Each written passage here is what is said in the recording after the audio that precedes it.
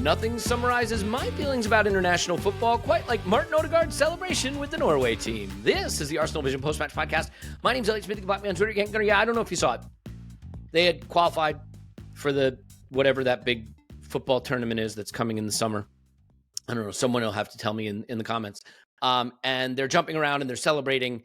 And Odegaard is sitting on a bench, not in the celebration, just kind of smirking politely to the camera. Now, he's doing that because he has a knee injury and he's unable to jump up and down and celebrate with them. And obviously jumping up and down and celebrating with Haaland would be a distasteful act anyway. So good act of considerate behavior by Martin Odegaard. But that was my spirit animal. Like, yeah, international football, hooray. Can we get on with it? Because there's not a heck of a lot going on if you are not an international football enthusiast. And for those of you who are, entirely you're right.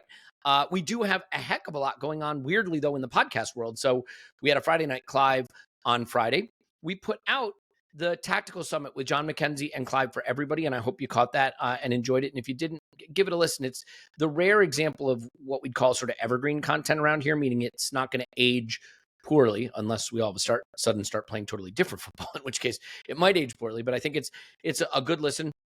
Regardless, that's out for everybody. The Friday Night Clive, we did a game. We did a draft of Arsenal 11s, and then someone took the draft of our Arsenal 11s, played it on Football Manager, and what do you know? Clive's won 1-0 on a set piece. So that's how you know Football Manager is real life. We have a history pod from Tim this week. We have a One Club pod with Tim and Clive about the Arsenal women this week. We'll have a Friday Night Clive this week where we'll talk about the game. We'll start to get into a look ahead to the Fulham game as the week goes on. And yeah, just lots and lots more. So if you do want to be over on the Patreon side of things, we'd love to have you there.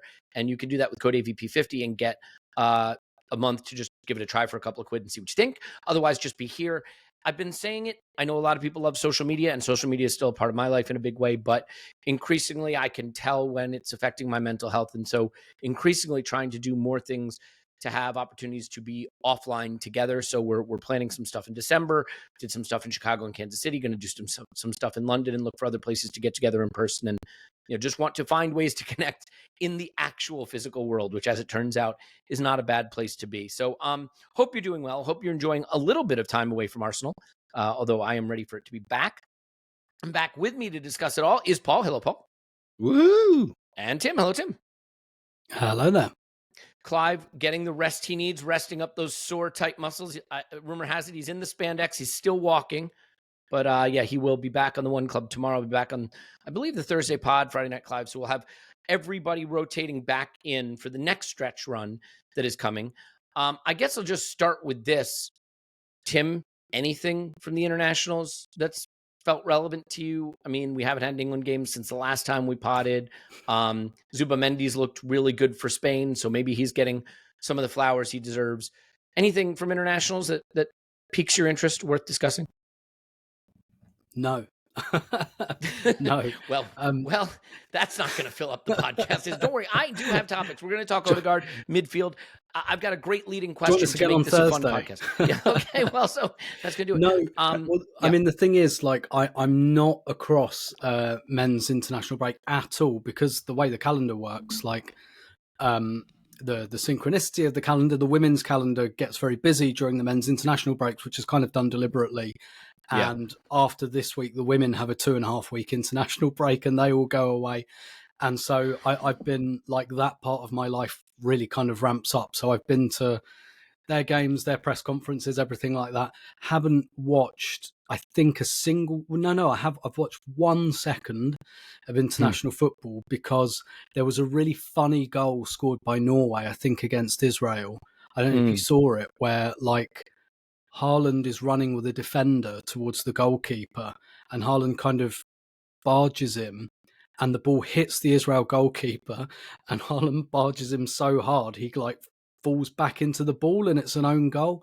It's one of the funniest own goals I've ever seen. And that is the sum total of everything I have watched in this international break. I did see Saka's goal and that's literally it. Yeah, I mean, the Saka goal was excellent. Paul, I guess one of the stories from international break is how good Norway have been. They didn't need Martin Odegaard to qualify, and I believe Erling Haaland with 3 more goals. So it took Cristiano Ronaldo 114 games to score 50 international goals. It took Lionel Messi 107 games. Erling Haaland managed it in 46 games. It's it's kind of crazy. And his form is definitely one of those things that you just got to keep a little bit of an eye on. I think as the season develops, he's in red hot form. And while I think City have problems that may be big enough that he can't overcome them by himself, is that something that's jumped out at you from the internationals, just that his insane run of form continues? No, nothing's jumped out at me during the interlull. Okay, you guys are really helping me out here. It's your own fault. Karaoke? No, Anybody want to karaoke? Hang on, Elliot. I listened to the Arscast. They agreed there's literally nothing to talk about. But to be fair to them, they got a solid 20 minutes of bants right at the start of it, talking about absolutely nothing. Total shite. It was very entertaining. And but Paul, they have a part fault. 2 where they take questions. We burned our questions in the mailbag episode last week, so we're on our own for at least 60 minutes. I do want to say, by the way, this podcast is going to be titled something like, "Do we really know this Arsenal yet?" And I have a thesis, a hypothesis I want to throw out at you that we actually don't know anything about this Arsenal yet, and I'm excited to get into it. But before we do that, let's not cut the waffle section short. I do want to know, Paul, as you know, I have quite the affinity for karaoke. Both James and Andrew were quite dismissive of the activity on the Arscast and suggested that I've tried hard to get them to participate, which I will succeed in doing. I believe you enjoy the karaoke yourself. I do enjoy the karaoke. It's, as I mentioned on my little thing I did with Kaya Kainak, that's how Kaya and I formed our bond. There's actually been statistical reviews of how people best form their bonds. Top in that slot is Nam.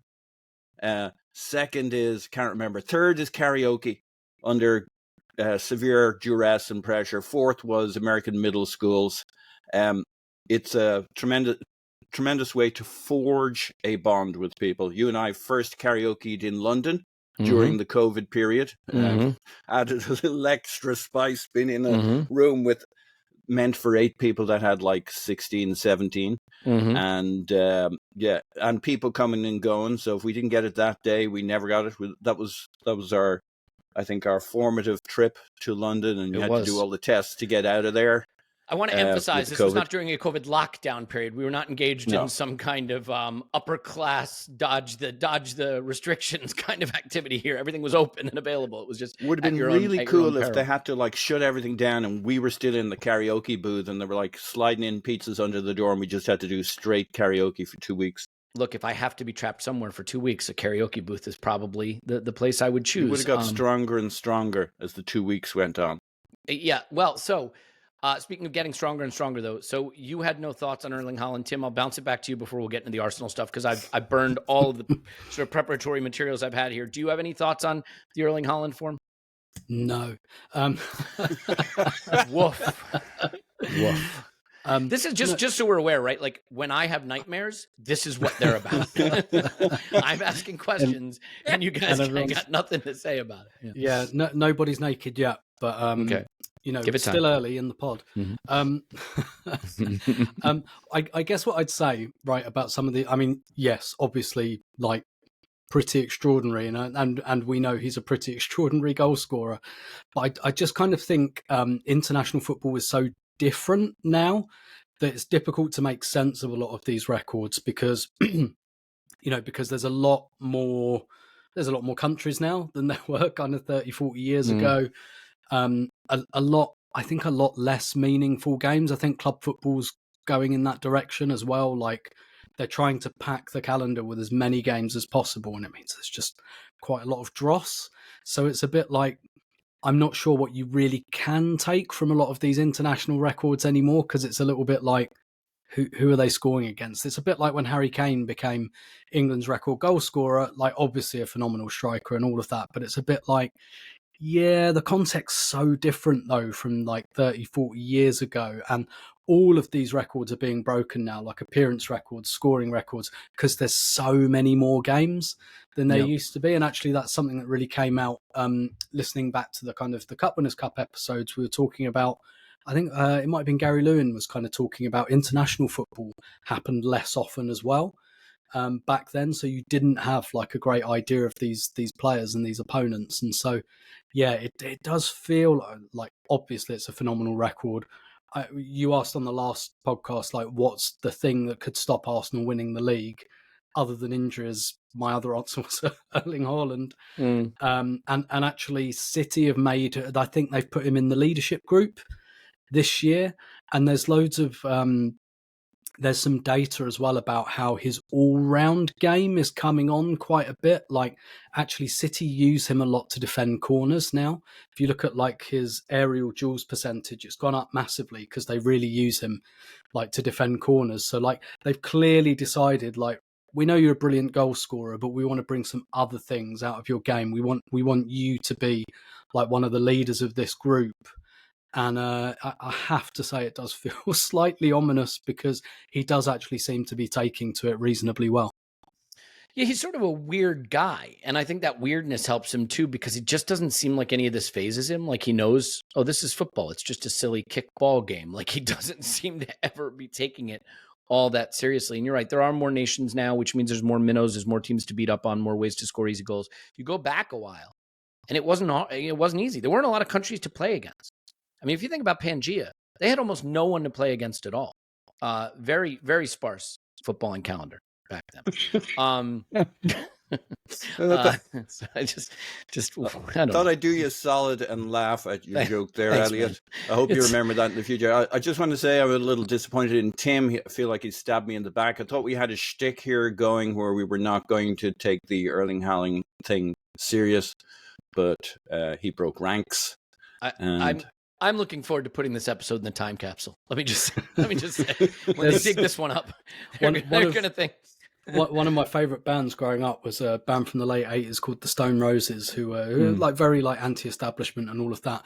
But their early interviews are so funny because they'd all just sit there and it'd be like, "Oh, what did you think of this song and this album?" They'd be like, "Yeah, it's all right, fine." And like to every question, they'd just be like, or they'd just be like, "What do you think of this?" And you'd be like, don't really think about it, to be honest. Like this podcast, you think they're cool, Tim, but if they were born 20 years later, they'd be in front of a camera going, "Smash that like button, don't forget to hit the bell, subscribe to get more content." That's what they're doing now. They're running podcasts and they're like, "Subscribe, hit the button." They've got the hottest ASMR YouTube channel going. Okay, so let's get into the Arsenal stuff. Managed 12 minutes out of that. Paul, Martin Odegaard is injured. Yeah. I don't, like, again, not serious enough that it seems like he needs surgery, but it's fair to say he's going to miss some period of this next run of games. The good news is we have another international break coming very soon. Because I was worried that we'd start to lose the taste of international football, but don't worry, it's coming in 4 weeks. But it's starting to feel like that. Remember the Argentinian flight that crashed and like they were stuck up in the Andes, I think it would have been, or the Peters, I don't know, the Andes, and they had no food. And after about, like, you skip a meal or two, but after 3 meals, they started looking around to see who they were going to eat and stuff. It's starting to feel like that, these interlulls. We're looking around, looking at... Look, I love you, man. And I'm going to be honest with you. No matter how bored I get by international football... I did you a solid literally 3 minutes ago and laughed at your crappy Pangea joke. That's fair. I just want you to know that there's no amount of international football that makes me go cannibal. So, I'm just letting you know. Okay. Picky. But the thing with the Odegaard injury is... We'll eat you first. I'm delicious. I will tell you. Slather on some salted butter. I'd be tasty. Barbecue sauce. Yeah. Okay. Anyway, so Martin Odegaard, that guy, he's out. We have to build a midfield. And I'm wondering if you think that this will just be a sort of natural like for like with Eze staying in midfield and it'll be Rice, Zubimendi, and Eze, Paul, or if we'll see more of Merino. Is it as simple as Eze will just play instead of Odegaard? Could Ethan see more of his minutes climb? I am more disappointed in this than most people. I feel like people are taking this in their stride, and we've sort of gone all the way around the bend now, guys, where we used to freak out about injuries. Now we're so convinced of our depth that we're like, oh, it doesn't matter that our captain is out. Like, it actually does matter. He looked great when he was playing. We've hardly played with him for 18 months. I think he is an important part of unlocking things we want to be able to do in attack and getting players into the positions we envision for them. But people seem pretty sanguine about it. And so I'm curious if you are equally sanguine about it and what you expect will be the sort of first, most obvious solution that Mikel will turn to. You see, that's how I use the word sanguine. but I've been tackled on it, and sanguine has a slightly different meaning to the one we all use it for, which is we're kind of cool about things, you know. I thought, well, let's yeah. see, sanguine, optimistic or positive, especially in an apparently bad or difficult situation. So that's what I'm saying. People are pretty sanguine. Yeah. Optimistic See, or that's positive. how I use it. Somebody else found a definition that I found it hard to argue that I don't. Anyway, yeah, I'm feeling pretty sanguine about it, and I haven't put a lot of cycles. Screw that person. Yeah, whatever. I'm feeling pretty, yeah, okay. So, I am feeling pretty sanguine about Martin Odegaard, and I'm not even trying to. So, fair play to Arsenal and the business they've done so far. Of course, we now analyze that and second guess ourselves, and time will tell on that one. But besides time telling, I was just thinking, like yesterday, that isn't it kind of cool that it doesn't freak me out that Martin Odegaard and Havertz aren't there, and I'm okay about it. Of course, it wouldn't take much, you know. Don't want to tempt the injury gods, but it wouldn't take much. An injury here or there, and suddenly you're with back-to-back fixtures. It's different. But putting that to one side, what I've seen of this team, which has had to play the last few games with bits of Martin Odegaard, or Martin Odegaard coming back to form, or without Martin Odegaard, our football has been at a level where I'm like, these guys are feeling it across a squad. And your question was, you know, is it going to be Zubamendi, Rice, and Eze? I think there'll be some of that. Maybe that'll be the most popular combination, but I don't think it'll be the only combination. And we'll see different looks, different ways of playing, which I'm really starting to enjoy. I think more than anything, what I've started to enjoy is a freedom in our football and I think it starts, in some ways, we make a lot of time and space for ourselves with our confidence that we're now playing out from the back, which I would say is the first time in Arteta's tenure where we've not only tried to play from the back, but we're good at it and we're comfortable at it. And I think Zubamendi buys you a lot. And my only concern earlier in the season was that our attack wasn't joined up, not just between the three guys, between the rest of the team, and playing through the lines and finding those guys up front. And it has now joined up. It's a joined up attack, everything stitched together. And like early days, right, you're asking for opinions. I'd like to say, oh, let's give it another 3. But based on what we've seen over the last few games, which I always expected to happen, it was just a question of when, I feel very comfortable that this team knows how to play it around the pitch, find the space, make the space, play through the center, play around the edges, that we have a left-hand side, which we haven't had for 2-3 years. We have an actual left-hand side. It doesn't really matter at the moment who plays there. Yeah. And I'm really starting to enjoy the football. Wengerish, not exactly Wenger's way of doing it, but Wengerish vibes of, hey, we're playing fun football and anybody can do anything, even if that's not. It's the illusion that anybody could pop up anywhere, probably.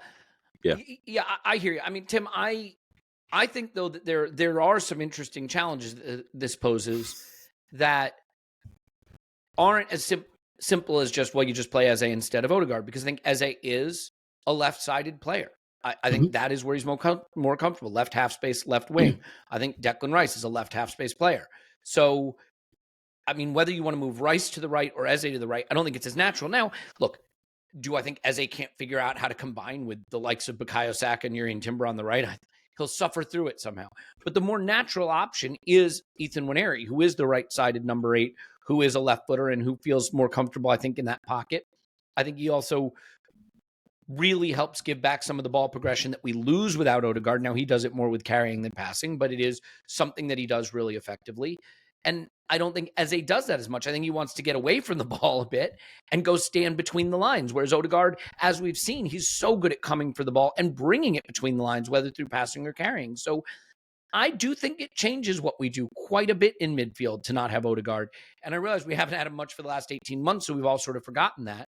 But I think the idea that we're just going to play Eze in the right 8, it could work. It could be great. Of course, I rate the player highly, but I think it is a change. And I think it is a change of dynamic in terms of style and the strongest qualities of those players. So I'm not trying to concern troll, right? Or invoke reasons for worry, because I still think we'll be very good.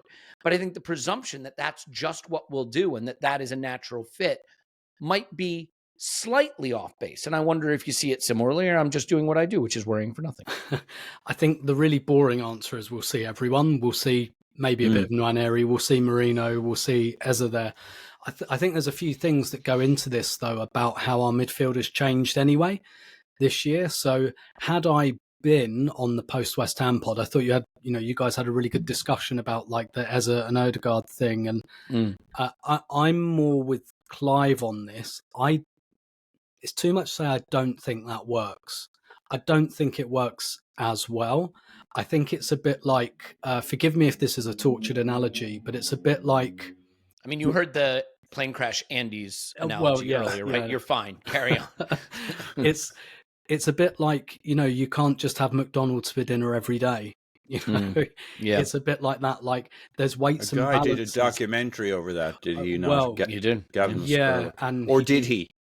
Well, he did, but he seemed to omit apparently the amount of alcohol he was drinking as well, which might have explained some of the things that happened to his liver. Anyway, that to one side. Your midfield kind of needs those weights and balances, right? And I think what really became apparent from the West Ham game is very, very quickly we're going to realise that like Zubimendi is going to become another one of those players. Like, yeah, we can't play without this guy, more or less, And because and obviously he's not as attacking as Eze and Odegaard, but like when you're building attacks and things like that, there's a reason you don't just play 5 centre forwards. You need people to build that gradually. You need that kind of valve, and I think Zubimendi is very, very important for that. And I kind of not that convinced by the idea of having. Well, actually, Odegaard isn't super attacking. I think if him and Eze play together, Odegaard kind of drops back a little bit and goes into the build-up phase a bit more. But I kind of think that that's kitchen sink football to me. That's something maybe we do when it's like there's 10 minutes left and we need a goal. What I think's really been happening this season, one thing actually of note during the international break was there was a good interview with Declan Rice, and he talked about how his role had changed at Arsenal this year. And he said, like, I've gone to much more of like a proper box-to-box role. And I think what we're seeing from him is less of that, almost the Xhaka role, right? Which was like there's a straight tram line up the left half space of the pitch, and I go up and down that, almost like I'm on wheels, and there's a track there, and I cover the left back, and I go forward, and I come back. And he was saying he's been given a bit more freedom to be like much more of a box-to-box.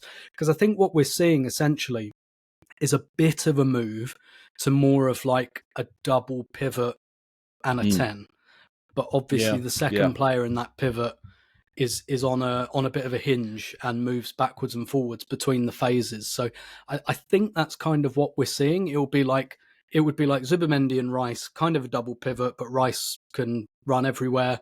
I forget the rules of chess. So does that make you a pawn if you can just go anywhere?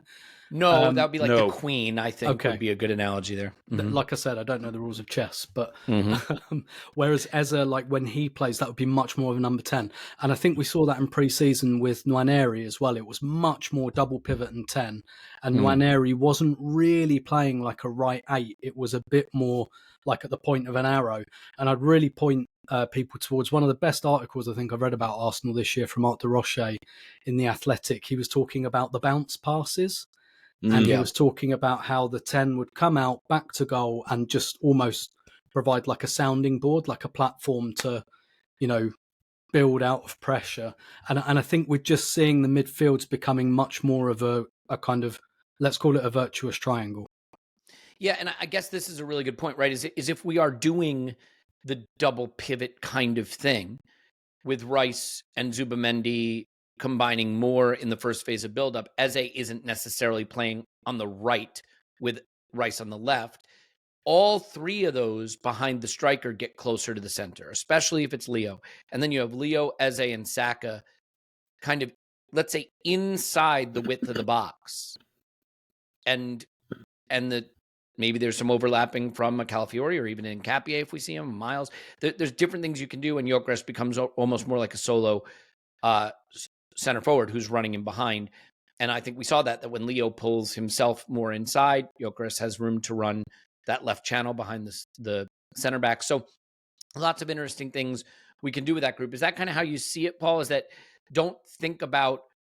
So I can hear Clav's words in my head a little bit, that Odegaard kind of plays on the piston on the right-hand side, right? Drops in, gets the ball, goes forward, gets to the top of the box, and that's the space he slides between, kind of like what Tim was saying on a rail. Whereas Eze's rail is going to be more a horizontal rail right at the D almost, right? Where he can go left and right up there. If this were like a foosball table, he'd be on a rail over there. And then Rice and Zubamendi are more on the piston together on the left and right side of a double pivot. That was a long way to go to try to explain what I meant. Why don't you rescue me here? Yeah, so when you were first talking about him playing off the right, I'm like, well, he's kind of like a 10.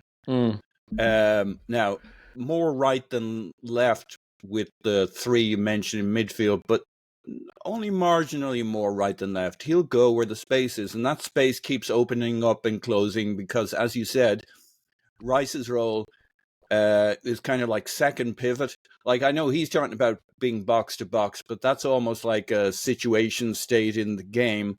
He feels he's starting from the second pivot spot. Yeah.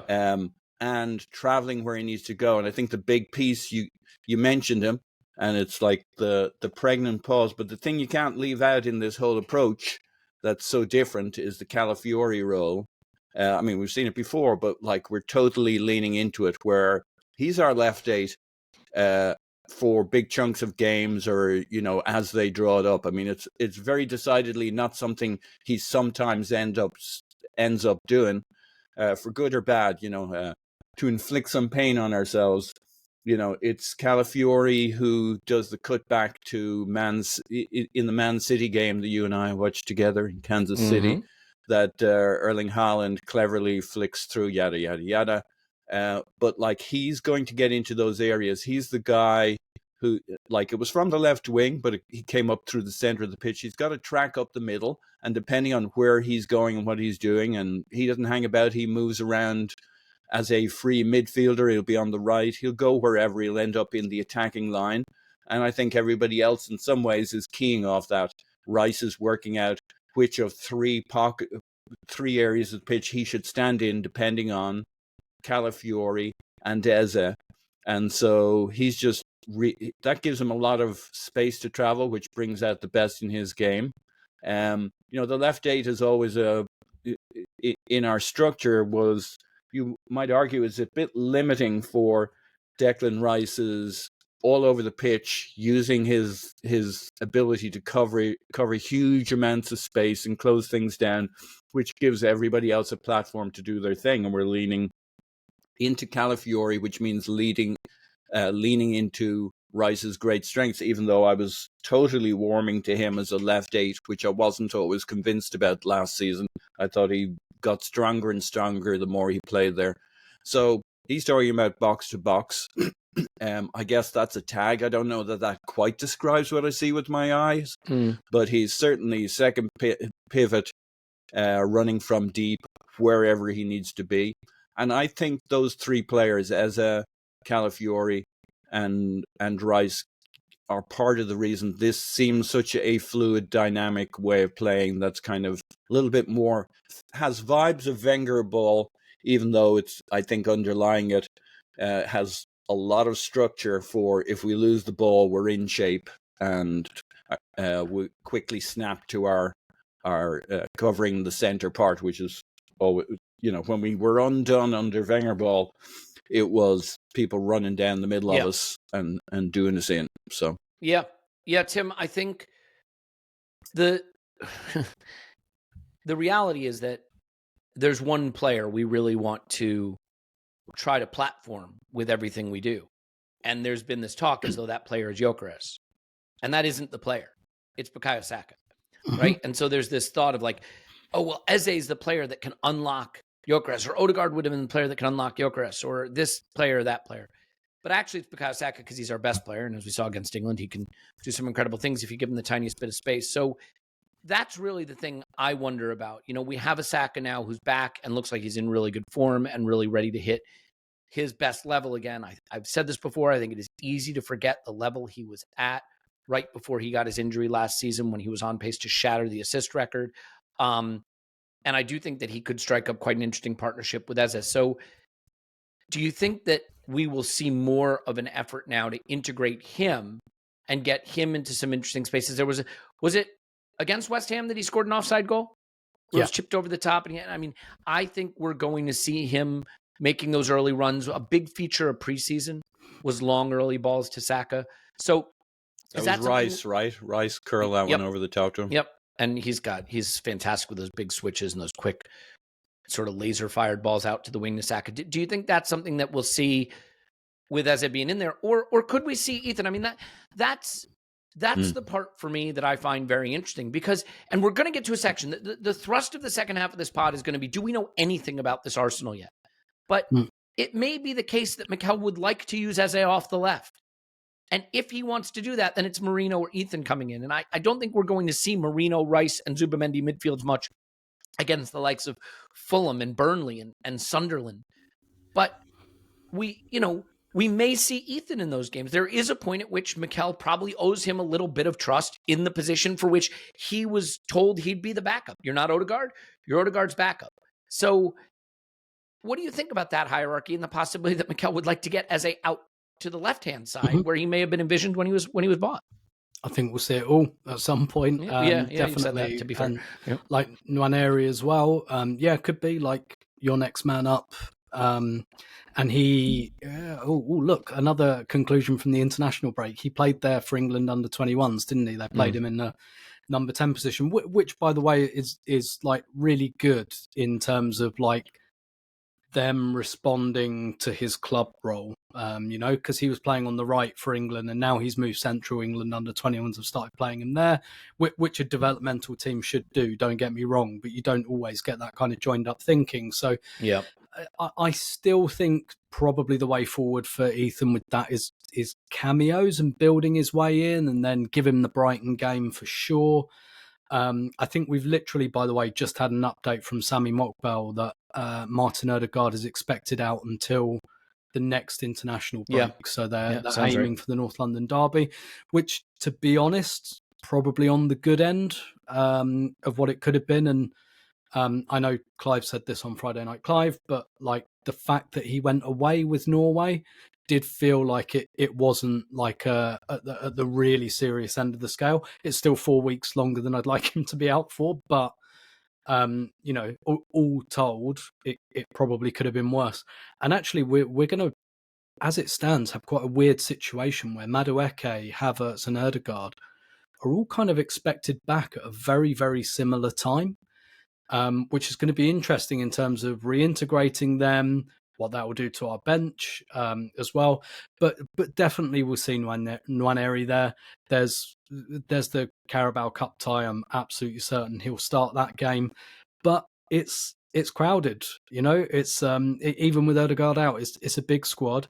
And I'm speculating that with Nwaneri, it was kind of his decision that he wanted to be a more central player. And if I have to say, if I were him, I'd have kept my options open, because I know like Saka's on the right wing, but I still might have thought, do you know what? If one of Odegaard or Saka are out, I'll get a game. And that does feel like limiting your options a little bit, and that might have to have a consequence as well. But also like good sub to bring on if we're chasing a game as well, for example. And yes, I think we'll want to play Eze wide at some point. So the message for the whole season basically is there's going to be enough minutes for everybody. If we have a clean bill of health, I'm not sure there will be. I think there'll be a couple of guys for whom there'll be very, very few minutes, but I don't think Nwaneri is going to be one of them. I think there will be enough situations to bring him into, and not just when we're chasing games, maybe if we're 3-0 up with 20 minutes to go as well. That's a good time to kind of bring him in. We've shown a greater proclivity to bring him into home games rather than away games, and that's probably about right at this stage. So I think we'll see them all. I think we'll see all of the above in terms of combinations. And that's one of the things, because that's not always easy as well, by the way, in terms of coaching. You guys talked about it with the substitutions at the moment, getting so many early injuries and your game model goes out the window. But I think Arteta's handled that part pretty well so far. Yeah. And I think you're right. Everyone will play. But I think that there will be, cover your ears, Clive, a sort of first 11 that Mikel settles on for this run without Odegaard, without Nani. And I am really interested to see where Ethan fits into that mix. I will say that I don't care as long as we're winning games and playing well. I think it is a very first world problem to get concerned about whether your future superstar academy player is getting enough minutes right now. Like, there'll be enough minutes for him in the future. He's signed on. He's going to be here. I'm not going to worry too much about that. But my hypothesis that we're going to interrogate is that we actually know nothing about this Arsenal. I like this hypothesis. We know nothing. Do we really know this Arsenal yet? I submit that we do not. And I'm going to defend that position and ask you to give me your take on it and how that could evolve over the season after I tell you about brands that are going to change your life, because that is fundamentally why you come here. You're like, fast forward through the Andes, mountain stuff, fast forward through nobody caring about the international. Okay, there are the brands. And the brands we're going to tell you about today include NordVPN. Look, NordVPN is and continues to be the easiest one for us to talk about, because the one most people ask me for the promo code, most people ask me to use, because as football supporters, we want to watch things that are not available in our area. I mean, one of the most frustrating things when someone sends me a video, they're like, oh, you're not going to believe this, or you got to see this goal, or you got to see that. And it says not available in your area. Click, it's available in my area. It's that simple. You put the app on your phone or your tablet or your computer, you tell it where you want it to browse, and it browses as though it's in that area, which means you can sign up for streaming services in that area. You can watch shows that are only available in that area. You can watch videos that are only available in that area. Match reviews of the day. Sign up for a free account, watch it in that area. So makes that easy, but it gives you threat protection as well, so that when you're watching a, shall we say, dodgy stream, you are protected from what may come with that link that you have clicked on. So definitely one to get. And if you want to do that, all you have to do is use our code nordvpn.com/ArsenalVision. You get a huge discount off your NordVPN plan and 4 additional months on top. How about that? It's completely risk-free with Nord's 30-day money-back guarantee. 4 bonus months, huge discount. Can't go wrong. NordVPN.com/ArsenalVision. NordVPN.com/ArsenalVision. NordVPN.com/ArsenalVision. And this is a paid advertisement for BetterHelp. BetterHelp is therapy. And therapy is important. And the crisis around mental health, and I know a lot of our listeners are men, and for men in particular, we know that this has been a really hard time, young men in particular, for mental health.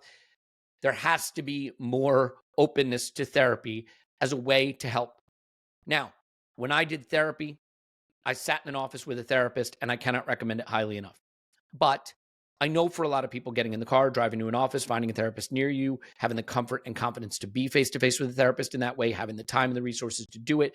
My mom, she's in her 80s. She doesn't drive anymore. Therapy has been a big part of her life. Does that mean she should never do therapy? BetterHelp makes therapy available to those who can't go out and do it, to those who don't have the resources or the time to do it, don't have the comfort to do it, but it gives you access to specialists that may not be available in your area. It makes it easy. What it does is it lowers the barrier, both resource barrier, time barrier, and comfort barrier, to doing something that helps you work through the things that can hold you back. And I cannot recommend therapy strongly enough. So this World Mental Health Day is October 10th. October 10th has come and gone, but BetterHelp, of course, is celebrating the therapists who've helped millions of people take a step forward. If you're getting ready to find the right therapist for you, BetterHelp can help you start that journey. Our listeners get 10% off their first month at BetterHelp.com/Vision. That's BetterHelp, HELP.com/Vision. Do it now. And last but certainly not least is Shopify. I think more and more people are just figuring out that Shopify is the way to go. If you want to have a website that looks professional, that sells the products that you're passionate about, without having to know how to build a website or do any e-commerce stuff, Shopify makes it simple. It will take care of taxes and shipping and cart optimization. It'll take care of making it look professional, linking your website, putting it on TikTok and Instagram and Facebook and all the places where you have to go find the people that want to find your product. And all you have to know is how to write the description of your product, post the pictures, and price it. And it does the rest.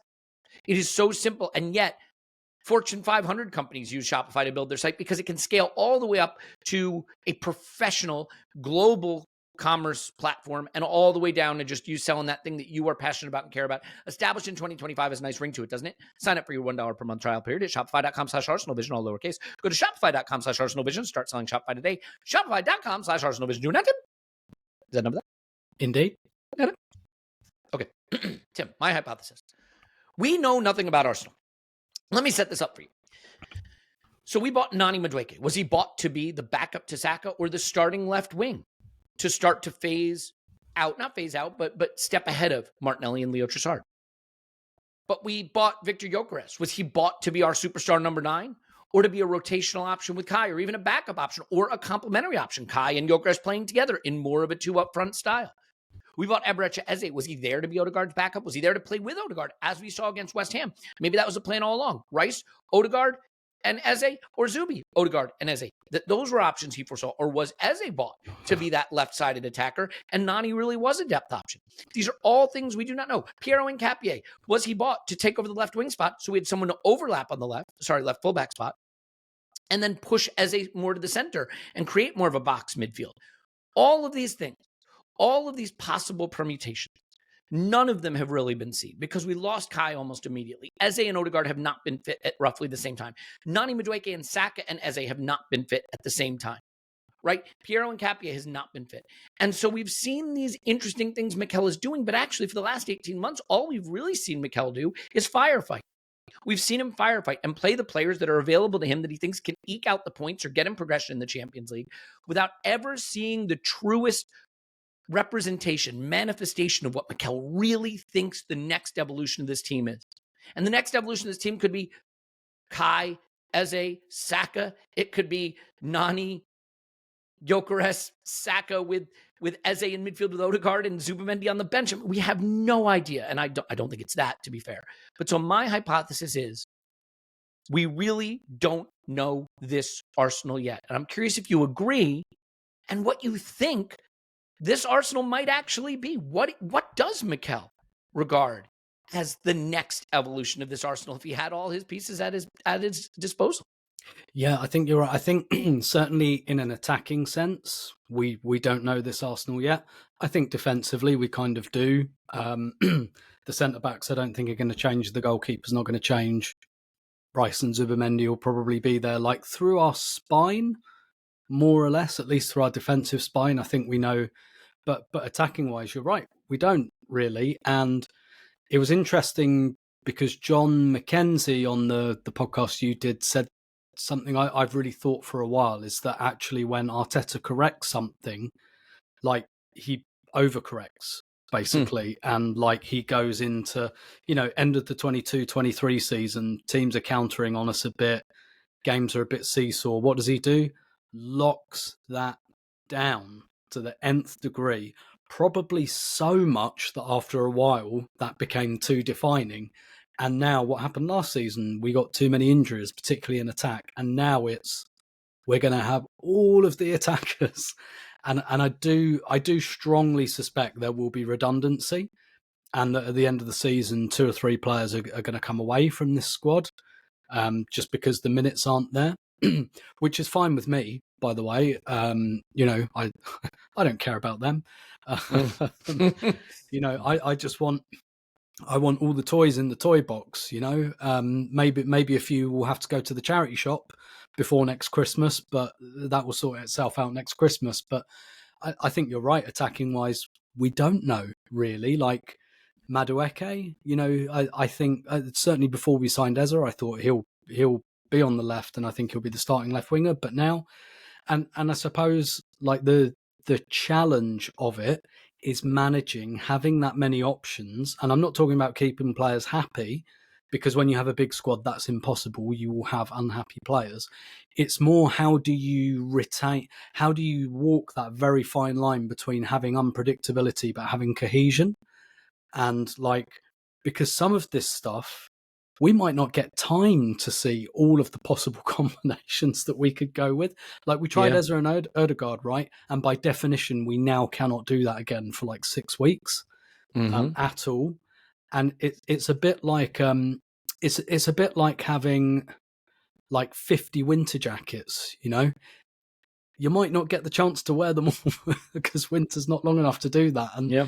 And so I think that will be really interesting. How do you manage that transition between having loads of options but retaining your cohesion at the same time? Because I think I was going to say, I think you're right about one thing, Elliot, as if like that's the only thing you've ever been right about. But it might be two things. Two things. Make that two things. Yeah. But definitely when it and you know, Clive talks about this as well. When it gets to like what Clive describes as winning time, when it gets to March, April, like you tend to set on something, and the team doesn't tend to change that much. And so it'd be really interesting to see, to see exactly what that is and how that manifests. But I think one thing we've seen throughout Arteta's management with signings, and I think one of the reasons he's really attracted to players who are multifunctional, is that I think a lot of players have ended up doing things he probably didn't really purposely buy them for. Like, I think he bought Havertz thinking he'll mainly play left 8, but he'll play a bit of centre forward. And he became the centre forward. I think he bought Rice thinking he'll probably end up becoming the number 6. Maybe we'll play him as a box-to-box. And he's a box-to-box. He very rarely plays as a 6 now. And like we've seen this a lot. I'm not convinced he bought Ben White thinking he'll be our right back. He'll play some right back was probably part of the thinking. And then he ended up there. Same with Yuri and Timber. It's not where Timber played when he first rocked up. He was playing at left back. Like, I do think that there is an element to Arteta's management where he's prepared to buy these kind of multifunctional players and then, to borrow a phrase, let it all work out and go, okay, so what shape is the team going to take with these players? But when you have enough of them, you can go with things like form. So you can go, actually, this guy's playing really well here. I can't take him out. Sorry. And you can let things like that kind of happen. So I would bet that Arteta doesn't know himself yet, but I think there are traits in his management that tell you that he's prepared to kind of almost throw the cards up in the air and see where they land. Yeah, Paul? Yeah, so I fully endorse your hypothesis. I don't think we really know. It's not just the personnel, it's how it's going to play with the various combinations going forward. I think we're going to see very attacking football in the like we have not seen in a couple of seasons, because the base, his kind of the redundancy he's built into the back line, I think, is very deliberate. So between Raya, the 3 who will kind of cover at the back while we've got the ball in possession, and his new shiny toy. Okay, he had it last Christmas, but the toy was lost and he got it back this Christmas. Ricardo Calafiori is his new favorite toy, and that is just automatically a spoon that stirs the pot, and where he goes and how he moves means all sorts of other people on the pitch are going to move because Ricardo Calafiori is doing Ricardo Calafiori things, and that means there's a lot we haven't seen. There's these automatisms we haven't seen. So I agree with everything you guys have said on the positioning. I think the other thing that means we're much more unpredictable and dynamic. You talked about it's not really about building a support for Gyökeres. It's about building a team around Saka. And we're doing it in a different way. We built a team around Saka before it, but it needed Odegaard and White right next to him in a tight triangle. And that was a very fixed setup. You can picture it. You know what it's going to look like. So did the other team. So it pulled their team over. We weren't always great at switching it to the other side and getting something out of that side. Now the solution for Saka, in many ways, is not to crowd his area, right? Even when we have Odegaard on the pitch, he's not stuck in that one area trying to do tight triangles with Ben White. Jurian Timber's just a different dynamic. He's a bit more vertical maybe than White is, makes overlaps, underlaps, but is kind of straight line. Now he's getting into more of the triangles, but we don't always have people around Saka, which means he can isolate his winger far more 1v1. We can hit him quickly. It's more transitional football. So he's getting himself in situations where he's not facing 3 people he has to beat.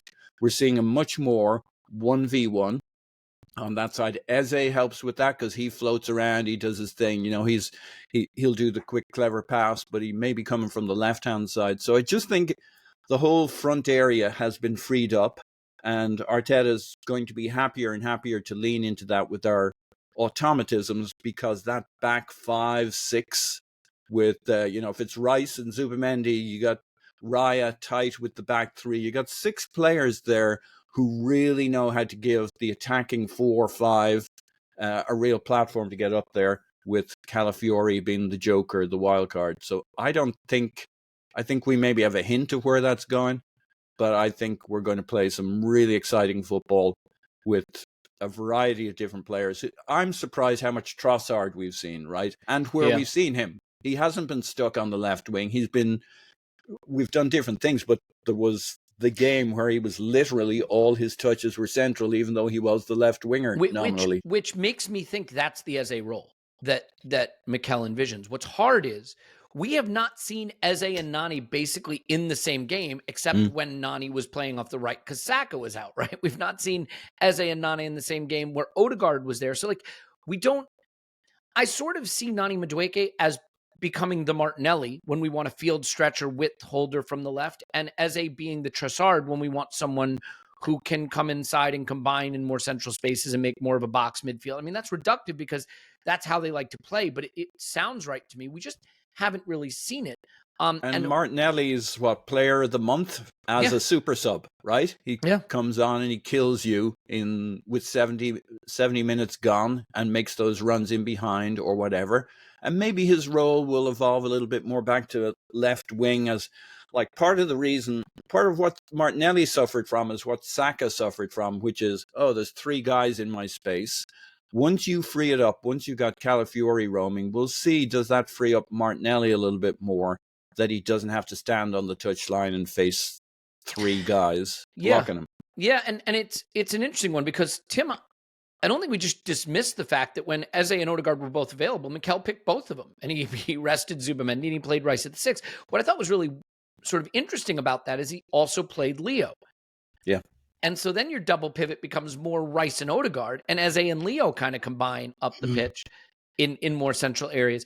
He's got so many ways he can play this. Now, obviously, everyone knows where I'm going to go next, which is how do you decide what the best one of those ways is? Can you be a team that always goes horses for courses? And if you are, can you build the kind of cohesion around your strategy that lets you hit the heights we did, let's say 2 seasons ago, when from January to May, we were imperious. We had one way of playing with one group of players and we dominated, and got, I think, unlucky.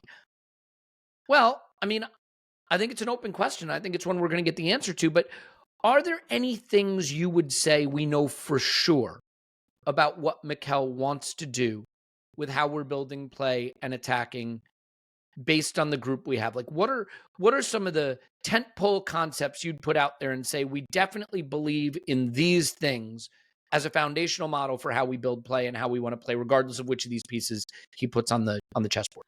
Yeah, I think that that kind of box midfield idea, that's definitely something we saw in that really good run at the end of the 23, or the second half of the 23-24 season, where Havertz was coming out almost into that left 8 role, and you had Odegaard, and then you had Partey and Rice, and it was that kind of nice box shape, and maybe we lost a bit of that last year because we didn't quite have the players to do it. So I think you're right. I think we're seeing more of that, and I think that's why Trossard has played quite a lot, and it kind of seems to me as well that maybe what Arteta would like is one of the wingers to become part of that box shape and the other one to stay quite wide.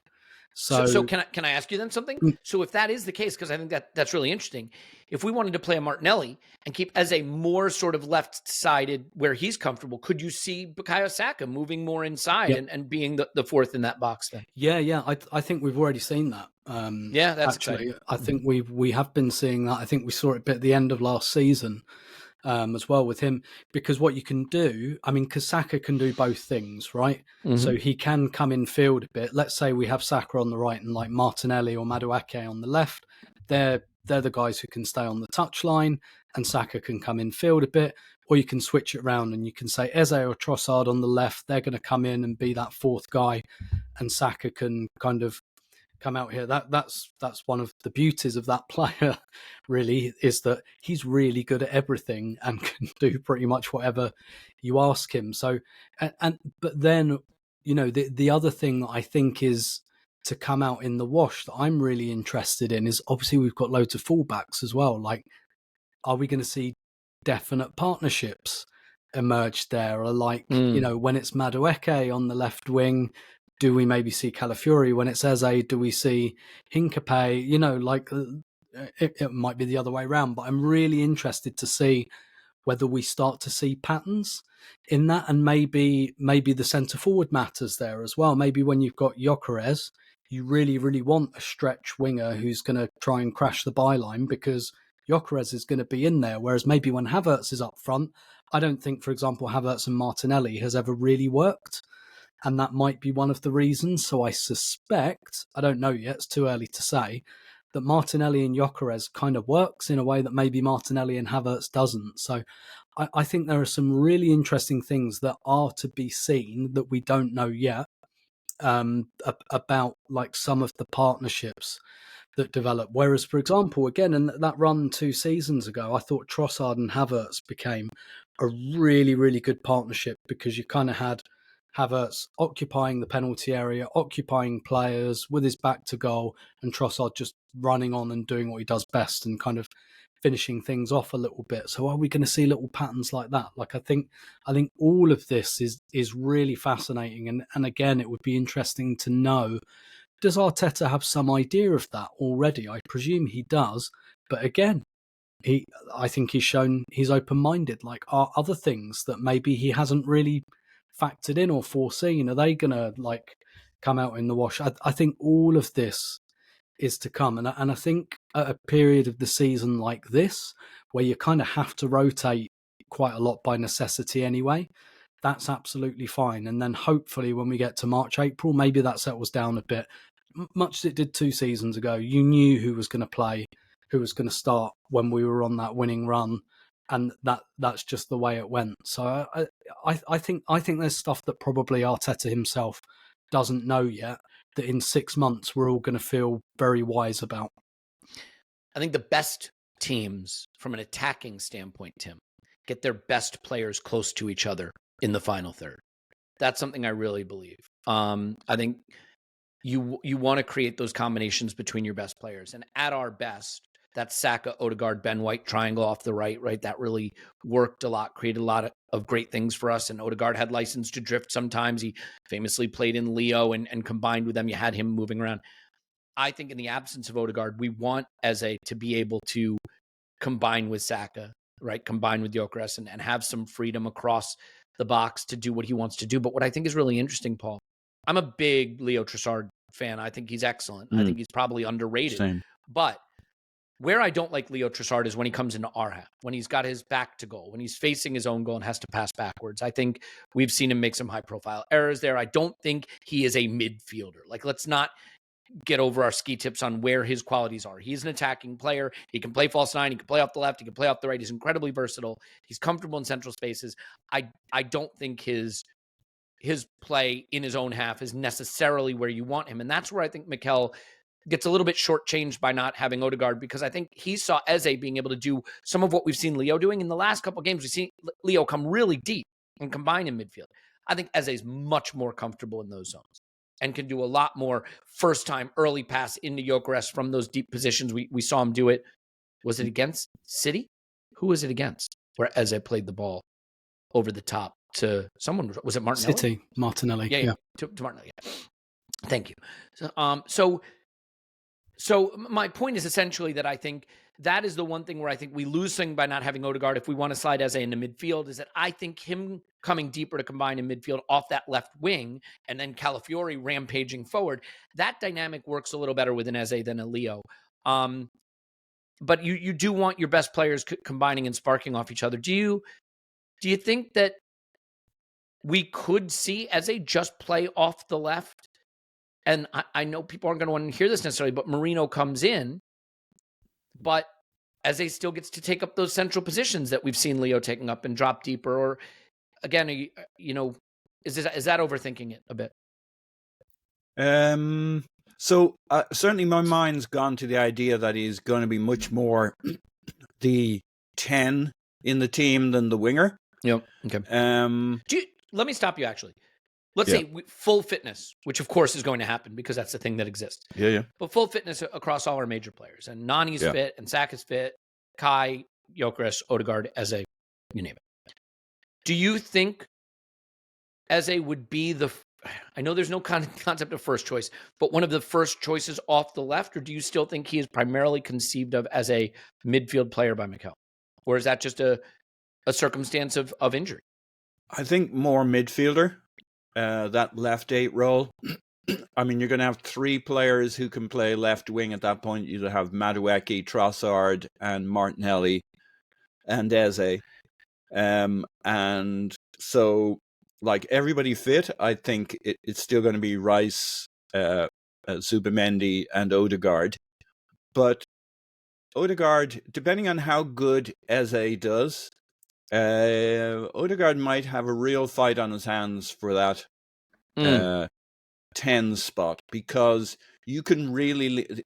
Odegaard does a tremendous amount of work for us without the ball, leading the press. I mean, he is the press.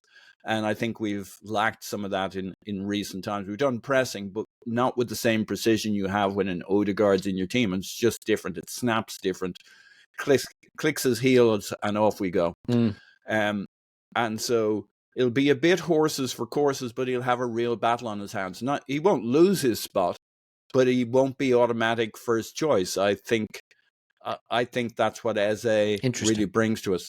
And I think... notable that Eze, I think his first start for us came off the left, right? Yeah, it did. Yeah, but we were still working. Well, Saka was out, so Nani was playing off the right. So who knows? And we were quite defensive, and it was all about... On a relative basis, we were more conservative because the team hadn't got to the point where Arteta was free to let it go, let the horses run. Now we're in horses run mode. I think Arteta's going to feel he can pretty much do anything he wants up front. That'll be the place where he's most free, trying different combinations, including not having Martin Odegaard on the pitch, because he wants to keep him super fresh and giving Eze more time than you might expect, because he's got Rice, Zubimendi, the back 3, and Raya, and he feels fully secure. And to your point, it'll be kind of almost like an experimental lab where he sees what grows in the nutrient agar and see what grows out of it, what fungus, what stuff, because he won't care so much. It'll be like, it's the old adage that I'll get you into the attacking third, and then the attacking players will work out their combos, and he'll see different kinds of combos, and he'll have that freedom, and he'll be more than happy to have Eze as the 10 or Odegaard. What I've been very impressed with, I want to say something on Trossard, which is, I agree, it's almost a weird conversation, the one about Trossard or Eze, but I get why you're saying it. But it's because I've got Eze now as the left 8 or the kind of the 10 role. Right, yeah. That's how I picture him. I've been really impressed with what Arteta and Trossard have done with Trossard in terms of the defensive work he puts in. You think of the player we first got and how we worried about and I know sometimes he puts in that hospital pass or what, but actually the amount of work Trossard does for us is just a testament to the players, the squad, the system, how they dig in.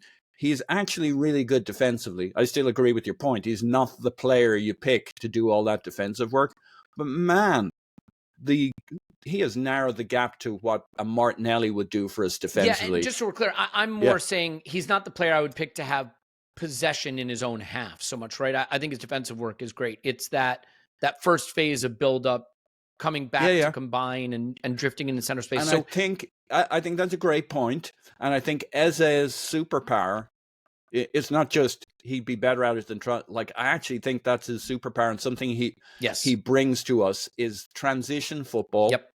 More direct football, making heads up, finding Saka with the switch ball, whoever's on the wing, Gyökeres, runners from the midfield, Calafiori. Like that's Eze ball for me. We just picked it up on the edge of our box. Who do I want to give it to? More than any player on the pitch, I want Eze to get that ball and pick the clever option. I don't think our counters die when the ball goes to him. I think that's when they come to life. Yeah. I completely agree. And I mean, I think that the reason I worry too about those losses of possession in the first phase of buildup, if you think about it, Leo is playing off the left, right? Nominally. He's our left wing. When he comes back to combine, what else is happening on the left? Calafiori is sprinting away, right? He's running up to be the more advanced option. If you lose that ball, your left winger is standing there in the central part of the pitch and your left back is all the way up the pitch. That is a really bad circumstance in which to lose the ball. Tim, I'm going to ask you to do something hard then as we wrap this up. Oh, no. It's March. We've drawn like Marseille in the knockout rounds. It's the first leg at the Emirates because, of course, that's somehow how it works out with UEFA, despite the fact that we finished top of the table. It's a leg at the Emirates, let's just say. I'm going to ask you a few positions. Saka's playing right wing. I think we agree on that. Everybody's fit. Imagine that. Saka's playing right wing. Who's playing striker? Interestingly, there was a reel posted on Insta by Inside Arsenal this week where I couldn't believe the blowback, right? Because basically, I think I was talking on the Arsecast. I can't actually remember if it's the Arsecast or on here. I think, I was talking on here about how I kind of think that Havertz is probably who Arteta in his perfect game wants up front. See how you could confuse those two podcasts. They both do the waffle and banter section really well at the beginning. Anyway, carry on. And people went mad because I was kind of saying, like, I kind of think that, Gyökeres isn't like the franchise player, but I was kind of saying, but I think we've seen that like Havertz is not the all-weather solution to the striker role, so we definitely need someone else at a high level who can do something quite different. But I think on like sunny day, Arsenal play well, Arsenal are firing as they should. I think I see Havertz up front because I think he's just a much better all-round footballer than Gyökeres is. Gyökeres is better than him at scoring goals. I don't doubt that for a second. He's better than him at bashing centre-halves out of the way and smashing the ball at goal very, very hard. He's almost like the anti-Havertz, and I think that's absolutely fine. I think that's good to have two such different options. But I just think that Havertz is more Arteta's striker than probably Gyökeres is, and Gyökeres has been bought for those days when perhaps the sun doesn't shine, or things aren't going your way, or you get a small leak in your back roof, which then turns out to be an absolute disaster. Not to mention anything too personal or pertinent. But so like Gyökeres, I think is your kind of almost like your rain jacket. Like your kind of. So I think Havertz is Arsenal striker on a good day, basically. All right, who's playing left wing? I would say Eze, probably. Then what's the midfield? I could be talked into Madueke with... I think Eze has to be there, basically. Okay. So if it's Eze off the left, what do you think the midfield is then? Then is it Zubi, Odegaard, and Rice? Yes. Okay. Yeah. But if like Eze's in midfield, then probably Madueke on the left, and it would need to be like that touchline stretching type winger, I think. But then that has a knock-on effect at who plays at left back. This is why dynamics are so interesting. This is why I say we don't really know what Mikel wants this Arsenal to be, because if you say to me, we're going to play Rice, Odegaard, and Zubamendi, and we're going to play Saka, Kai, and Eze, I'd say that's a lot of midfielders. Mm-hmm. Kai is sort of a midfielder hybrid. Eze's a midfielder. Odegaard's a midfielder. Rice is a midfielder. Zubi's a midfielder. Saka's a forward, but he can come into midfield. And like that team feels like it's missing Gyökeres for the aggressive running and pushing defenders back. If you play Nani off the wing, then I think you've got someone who wants to combine with Kai. But where do you play Eze? So, and by the way, this is very FIFA. You don't have to fit them all in. They can come off the bench. They can play some games they don't. Paul, I'll finish up by asking you the same question. It's that, and the reason, by the way, I picked Marseille and not like PSG in the Champions League final, because I think there's something you might do in a one-off final against a big club that might be specifically game situational, opponent situational, right, that you wouldn't do normally. I'm saying it's sort of like, team we're favored to beat at home, but we want to go out and play our best football. Who do you think is playing striker, left wing, midfield? Striker, marginally Havertz, but I think it's a coin toss, really. It'll be what just happened before, what's happening next. It's 70-20. I think it won't matter, and it won't matter because the back half of the pitch means he'll look at the opponent and where the weaknesses are, and he'll swap it around and switch it around and keep them both super interested. Yeah. What's the other position? Left wing and midfield. Because I think we're all going to start Bukayo Saka. If you have a different opinion, keep it to yourself. Yeah. Have we eaten him at this point? I think he's probably the last guy you eat. Get that clipped up and put on Insta. All leaving out. I'd eat myself first. So left wing, like, that's really interesting. I think you go with Eze. Sorry, is that still a valid option? Yeah. Eze on the left wing. That's who Tim picked. Yeah. I'm going to go with Eze off the left wing, but you got 4 players you could play there, so that's a lot of players. But I think it's Eze off the left wing for, as you said, it's the most. Let's play some real football at home with a strong defense. And does that answer all the questions? So the midfield is just the usual. Yeah. I mean, I think that sounds roughly right. It's just so interesting how many basically guesses we're making about what Mikel regards as who this Arsenal is. And it just goes back to my hypothesis that we'll kind of end on, which is I don't think we really know this Arsenal yet. And it's going to be really interesting to learn it together if players are ever fit, because that is the reason we don't know. And by the way, I think we know the back half of the pitch, and the front half is there isn't one Arsenal. It'll be pick and mix. Yeah. And like, look, Zubamendi's played an awful lot of football. He's played a lot for Spain. He's played a lot for us. Could Norway come in as soon as this weekend against Fulham? Could Rice play 6 again without Odegaard? I don't see how, but it could be Marino, Rice, and Eze. I think there's the beauty of the squad is it's so versatile and there's so many options. But the shame of the injuries is I don't think we really have a clean idea of what Mikel sees as where it can really go to its best level. What's kind of exciting, by the way, though, is this is Arsenal getting by with absences, and we're top of the table, and we've won all our games in Europe. Think of what Arsenal will be should we get to a position where Mikel has all these pieces at his disposal and can really be the fullest, truest version of what he envisions. Paul, final thought? Well, leaning into that, what I think is really beautiful is when we come into the second half of the season, teams won't have figured us out from watching where we played elsewhere, from the first game they had against us, because there's not a lot to figure out in the back end, our defensive end. What they'll have figured out is, oh shit, we're not getting anything out of that side of that end of the pitch. In the attacking end, you can't figure out.